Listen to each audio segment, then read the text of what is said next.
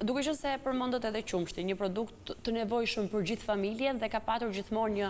pikpyetje. Në rast se duhet shkojmë tek një qumësht i cili është i sigurt, është ai qumshti që vjen nga kompanitë të caktuara, vjen në shtëpinë tonë përmes blerjes që bëjmë në supermarket, apo aty qumshti që shitet në rrugë dhe i pakontrolluar.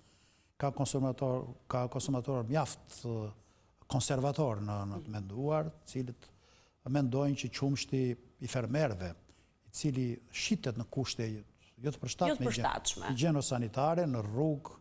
ose çohet në proborret e shtëpive ose në për dyert e apartamenteve, është qumësh i sigurt. Por çfarë në aspektin e sigurisë, unë do të them që nuk është qumësh i sigurt, për faktin sepse ai nuk ka kaluar asnjë lloj procesi kontrolli dhe inspektimi.